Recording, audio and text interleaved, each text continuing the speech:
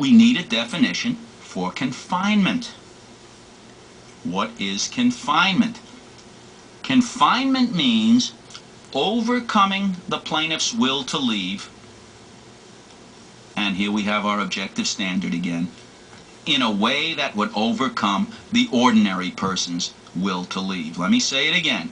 Confinement means overcoming the plaintiff's will to leave in a way that would overcome the ordinary person's will to leave.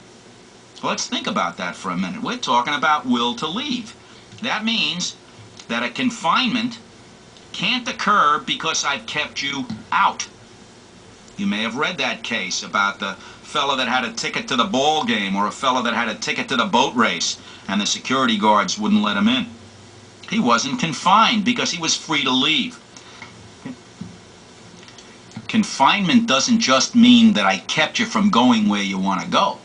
Confinement means that I kept you from leaving when you wanted to leave. You see, confinement means overcoming the will to leave.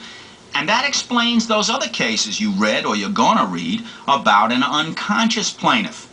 Because if confinement means overcoming the will to leave, and we know that an unconscious person has no will to do anything, he, she is unconscious, that means that there can be no confinement of an unconscious person. Oh, I can lock him in a room, but the law will not regard that as a confinement because I didn't overcome that person's will to leave. Suppose I'm teaching a class and there are 50 students in the class and 40 of them are so fascinated that they just want to sit there and listen forever, and 10 of them are sound asleep.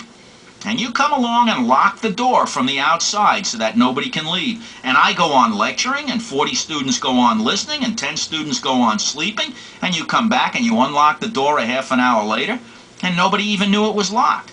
There has been no confinement. And the reason there has been no confinement is because none of the persons in the room had the will to leave. There were 40 students who wanted to stay because they liked what was going on. There were 10 students who didn't know what they wanted. They were asleep.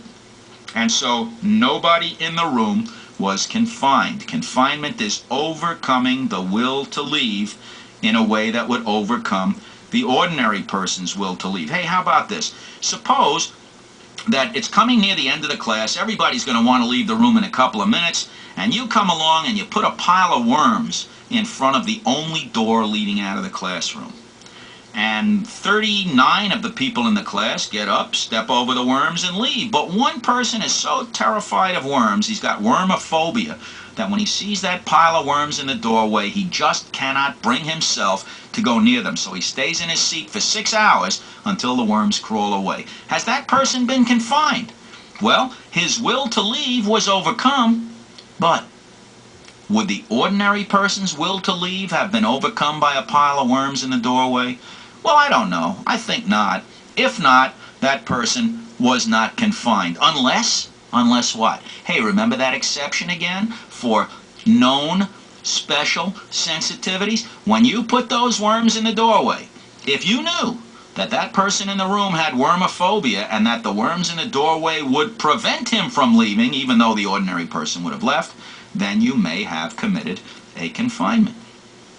To me, one of the most interesting questions that comes up in connection with whether there has been a confinement comes up in the employment situation.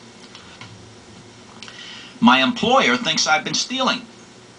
And he says, come with me into this room. I want to question you about stealing. And I say, well, I don't want to go into that room with you. And I don't want you to question me about stealing. I want to leave here. And the employer says, oh, no, if you leave here, I'm going to fire you. And I say, well, I don't want to get fired. So, all right, I go into the room. And I stay there for an hour or two, and I say, I don't really want to be here. And the employer says, well, you better not leave or I'll fire you. And I say, well, I don't want to get fired, so I'll stay. What do you think? Have I been confined? Well, a lot of people would like to argue that I've been confined, and there are even a case or two here and there that hold that I have been confined, that so much economic pressure was applied on me that my will to leave was overcome. But probably the more common way of looking at it is to say, well, I still was free to leave. I didn't have to stay. Everybody takes a chance of losing his job sometime. You know, it's like saying that You are being falsely imprisoned when you sit in the law school class because somebody told you that if you don't go to class, you're going to flunk your course. Well, that doesn't really mean you have to stay. What you've done really was voluntarily kind of traded your freedom for a law degree, just as I may have traded my freedom for my job. After all, I would probably rather go to the beach on a Monday morning anyway. I'd like to call the boss and say, I'm not coming in, I'm going to the beach. And then the boss would say, if you go to the beach, you're fired. So I go to work and then I say, hey, you're falsely imprisoning me. Keep that example in mind whenever you're faced with one of those situations in which you've got to try to decide whether a person's will was really overcome. Think about this also. Suppose I'm on the 4th floor of this building and you've locked all the doors and I say, I want to leave, and you say, well, you're free to leave. Just go out that window, the 4th-story window. And I suppose I could go out the 4th-story window, but I don't. Have I been confined when, after all, I was free to leave? Hey, remember, confinement occurs when my will to leave is overcome in a way that would overcome the ordinary person's will to leave. You think the ordinary person would jump out of a 4th-story window? Probably not. Suppose that I'm wading in the pond. I take off all my clothes and I hide them under a bush and I go wading nude in the pond, skinny dipping. And you come along and you see my clothes and you see me in the pond and you know that the church picnic is going to arrive any minute and they're going to start setting up the picnic tables. There are going to be 200 people there of mixed genders and mixed ages and so forth. And you take my clothes away from the bush and then I see the people arriving and I reach to get my clothes so I can get dressed without their seeing me. And my clothes are gone. So I have to stay in the pond to keep myself covered with pond water until the picnic is over 3 hours later. Have you confined me in the pond? You know, I'm not going to answer that question. I'm not going to say yes. I'm not going to say no. I'm going to let you argue about whether the reasonable person, the ordinary person, would have remained in the water rather than to expose his or her naked body. If you think the ordinary person would have done what I did, then my will to leave was overcome in a way that would overcome the ordinary person's will to leave, and I've been confined.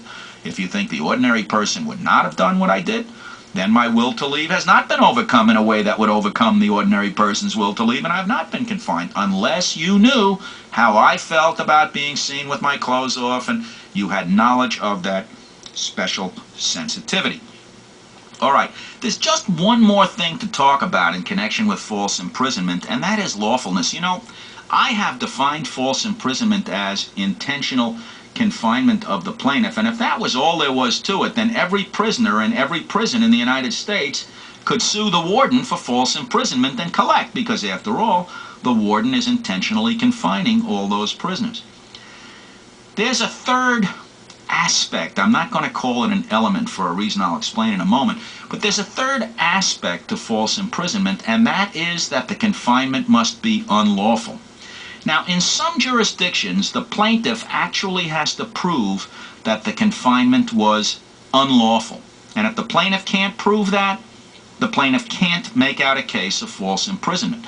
In other jurisdictions, and for the most part, this is probably a majority, but I don't really think you have to worry about that. In other jurisdictions, the rule is that the plaintiff only has to prove that the confinement was intentional, and then the defendant may attempt to prove that the confinement was lawful. Some jurisdictions take a middle approach. They say usually the defendant has to prove that the confinement was lawful, but if the defendant is a law enforcement person, then the plaintiff has to prove that the confinement was unlawful. The bottom line is the same. If the confinement was lawful, there will be no liability for false imprisonment. All right, let's look at the fourth tort that involves intentional invasion of the person. It's called by a lot of names. I'm going to call it intentional infliction of emotional distress. It's also known as intentional infliction of mental distress, intentional infliction of mental harm, intentional infliction of psychic injury.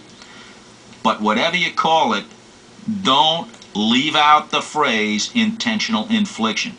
The name of the tort is not emotional distress. The name of the tort is not mental suffering.